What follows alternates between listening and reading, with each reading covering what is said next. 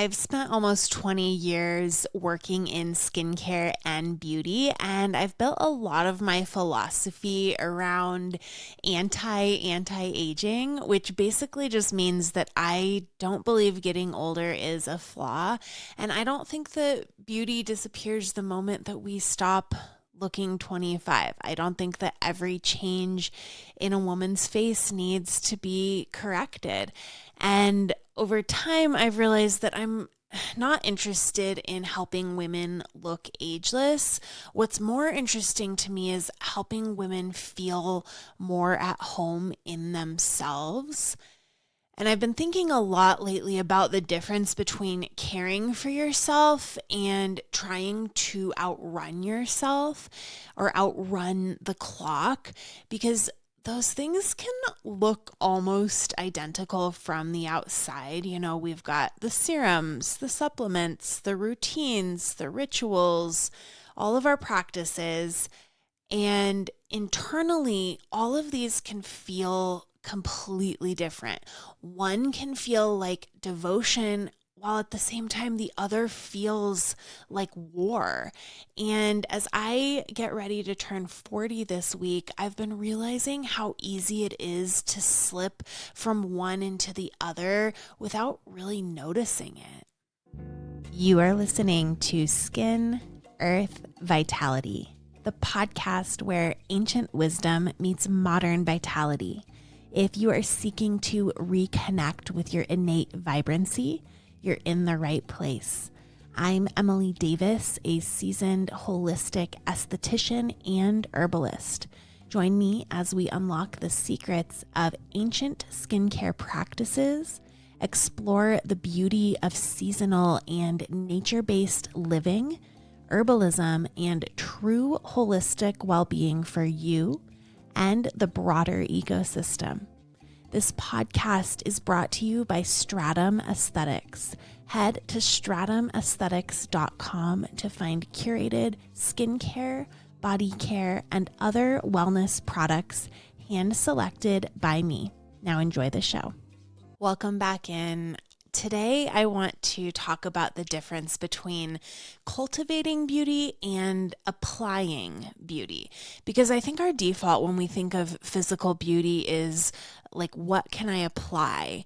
And I think that there's a whole other relationship with beauty that's available to us. And I want to go deeper and past things like wearing mouth tape and taking specific herbs or supplements and doing sauna, although I love all of those things and I think that they do cultivate beauty. And those are things that I do talk about often and that I do myself. But let's dig in a little bit deeper than that today. And if you like my approach, be sure to sign up for my newsletter. It's called Moon Day Notes. Today's episode is totally the vibe of Moon Day Notes. It's a little love letter from me to you in your inbox every Monday. You can find the link to sign up for it in the show notes, or you can just head to my website. But let's talk about aging and what it looks like to embody beauty, because it has been so easy for me to say over the last, many years. I've been doing this for 20 years, that I believe in aging naturally. And, when aging was still mostly an idea, it was so easy to talk like that. And it is different when you start seeing the evidence of time on your own face. I'm actually meeting up with a group of old friends tonight, and I'm the only one in that group who doesn't do Botox. And I hear this from my clients constantly.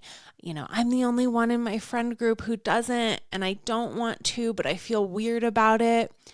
And I understand that feeling. I am right there with you, sister. There is something disorienting about living in a culture where so many faces are being edited and then choosing to remain fully visible in your own actual face. I've been reading this book called Women, Food, and God by Geneen Roth. And the book is technically about food, but it's really about all of the ways that we leave ourselves. She talks about this desire she so often feels to bolt from situations, from hard stuff, and from herself. And she describes all of the different ways to leave yourself or to bolt. And she talks about doing this through food and compulsive eating and through control and obsession and fantasy living, like living in this way where you're having this belief that if you could just change this one thing about yourself or about your life, then you could finally relax, or then you'll finally be happy once I start to make this new threshold of money, or once I'm at this next weight, or once I'm in this new house, or even, once I do this red light mask for a certain amount of time or change my face in this certain way, then I can finally relax. In the book, she writes, I realize getting work done is always a possibility, but then I'd feel as if I was wearing a mask, fighting the inevitable, bolting from gravity. I say I believe in something deeper, something that doesn't die, and sometimes I call that something God. But every now and then I forget what I know, and I want to bolt all over again. It's a type of dark night of the soul to stay with yourself as you actually are and where you actually are, because then you have to feel what comes up and meet the fear and the grief and the comparison. And I think there's this strange panic of realizing that you're not in total control of your body. And what I'm finding, what I think is, if you don't bolt, something else becomes available. And that's what I want to talk about today. And I think what becomes available isn't some like enlightened state where you never have another vain thought again. But I think that what becomes available is the actual experience of living in your body instead of constantly trying to manage it from the outside. And I think of this like trying to be beautiful through control, from always staying one step ahead. It's exhausting to maintain, and it requires constant vigilance. You're just always slightly at war with yourself. And this can look like doing injections and peels and all of the medical cosmetic approaches. And it can also be through face sculpting, facial massage, and clean beauty products. This energy can manifest in either approach. But beauty isn't something that we inject or that we apply. I don't even think it's something that we see when we look in the mirror. This is a state of being, and it is something that we cultivate rather than apply. And also, at the same time, that doesn't equate to just abandoning caring for yourself and abandoning devotion to your physical self.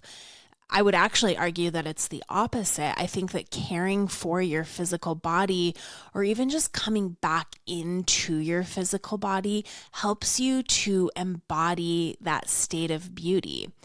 This is like such temple goddess medicine, and I'm really into this idea of tending to your temple. I think there's this beauty that becomes more available when you stop bolting and you see it in a woman who is at home in herself. And it has absolutely nothing to do with whether she has lines on her face. And I've really started noticing that when I'm trying to like fix something about myself, when I'm doing facial massage in an energy of trying to fix myself, I do not feel beautiful at all. Even if I'm doing all the right things, even if I'm wearing my red light mask every morning as I'm meditating, using all the right tools, using all the right high vibrational, clean, organic, all the things products, when I'm trying to fix myself, I do not feel beautiful. And so what's the opposite of that? I think it's a state where your body feels held and contained and listened to and not constantly being treated like a renovation project. And for me, especially this year, beauty has started to boil down to three things, and that's safety, nourishment, and relationship with myself. So this year, for my birthday gift to myself, I signed up for Ayurveda school. I've mentioned this on the podcast before. And it's changed the way that I think about my body. And interestingly, didn't see this coming, but it's changed the way that I think about beauty. I've started relating to beauty as something that comes from how I'm treating myself. And I've been doing a lot of work on cultivating containment and this baseline feeling of safety within my body, which has looked like many different things, like putting oil and socks on my feet at night before bed or anytime I'm feeling anxious. Oil is just such a beautiful tool for containment. It's such a beautiful tool to coat the skin and coat the nerve endings in the skin and create this feeling of safety and grounding. And building more trust with myself is another thing. And that can look like creating more structure with my life. One thing I've been fascinated with is this idea that one way you build physical containment and structure for your body is through weightlifting. And so for the first time in my life, I've been lifting for 20 years, and for the first time in my life, I'm not going to the gym with this fantasy of turning my body into some image I saw online or some image I saw in a magazine, but it's been about creating more physical structure and containment and safety for myself in the form of muscle.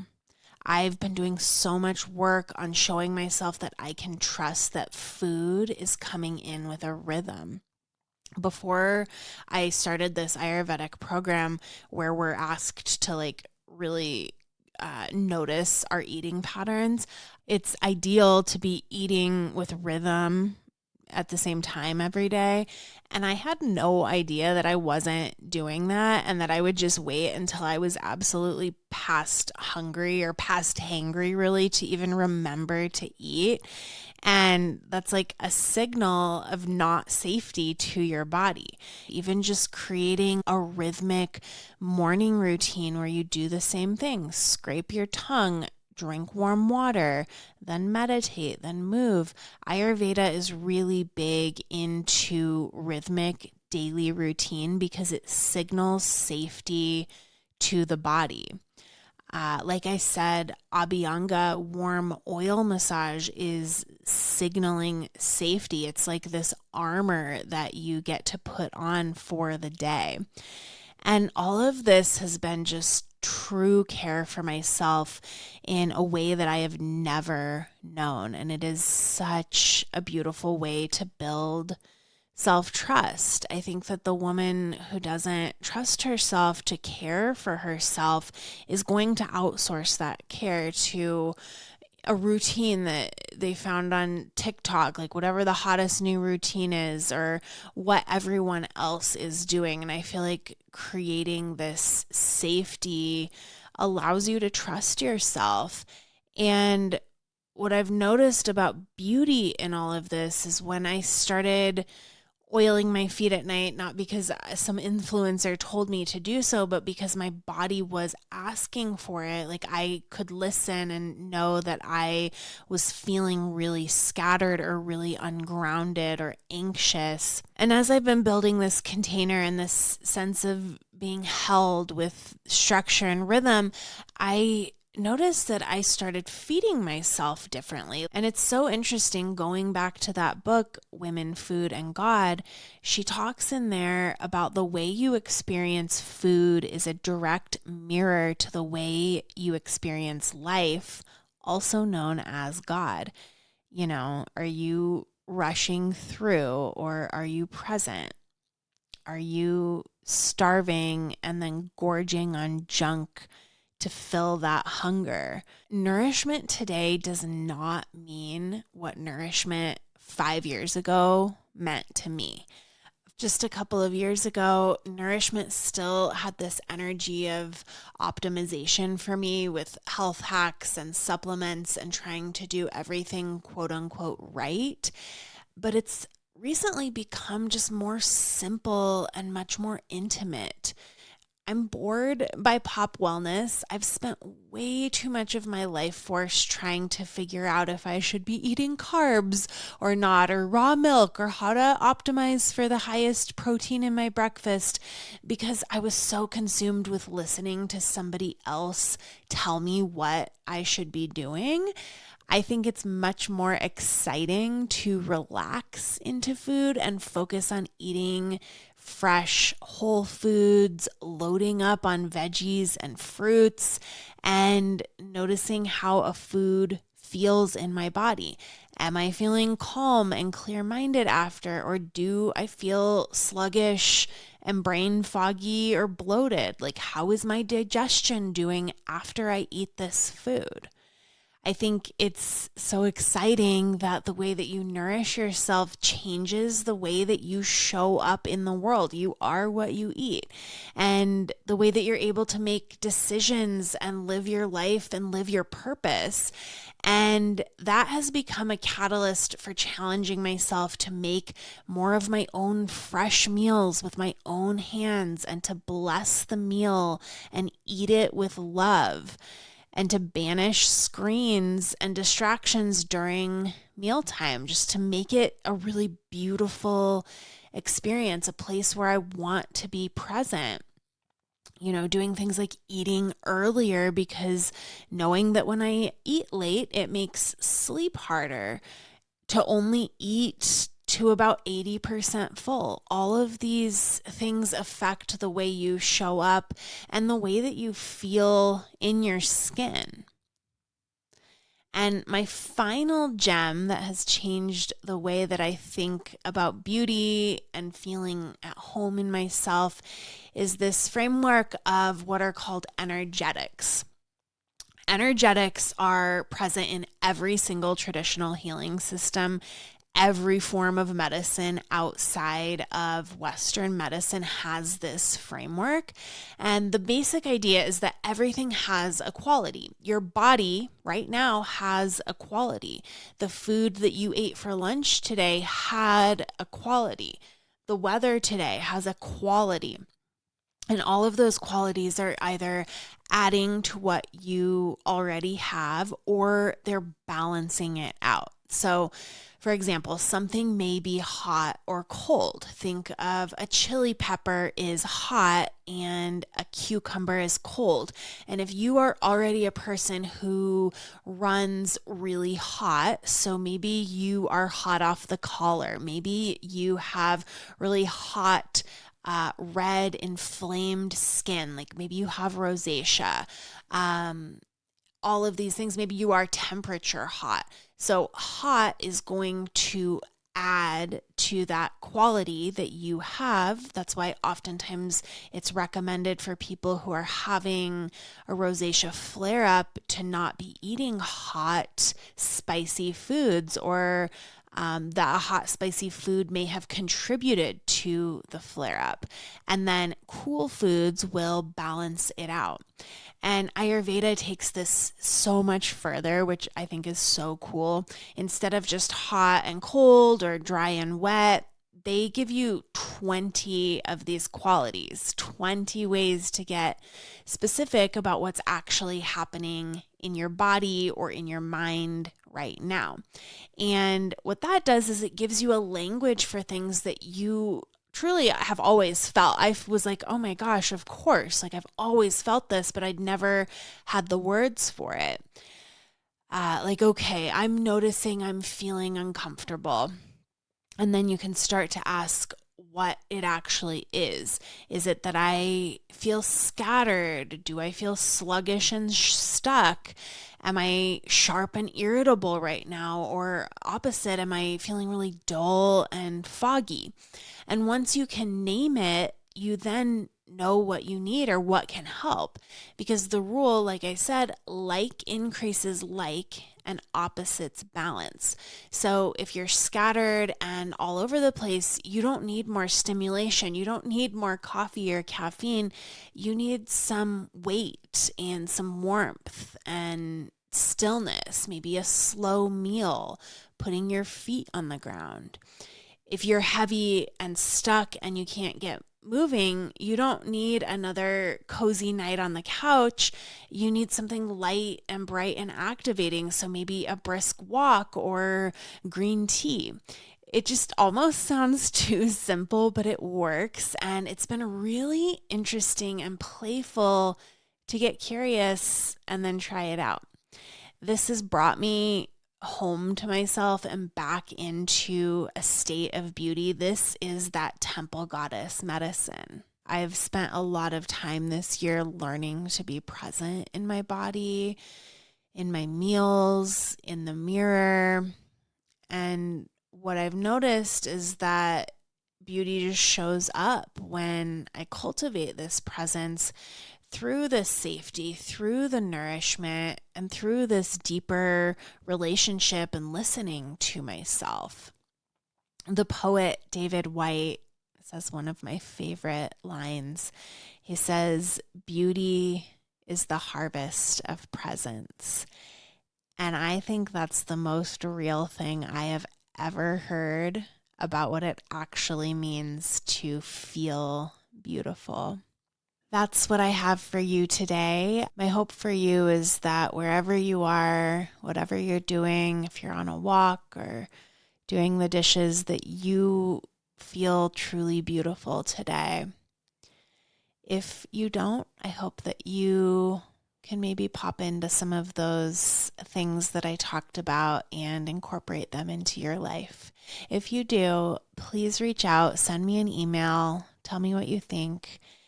I will be back soon, and until then, be well. You've been listening to Skin, Earth, Vitality.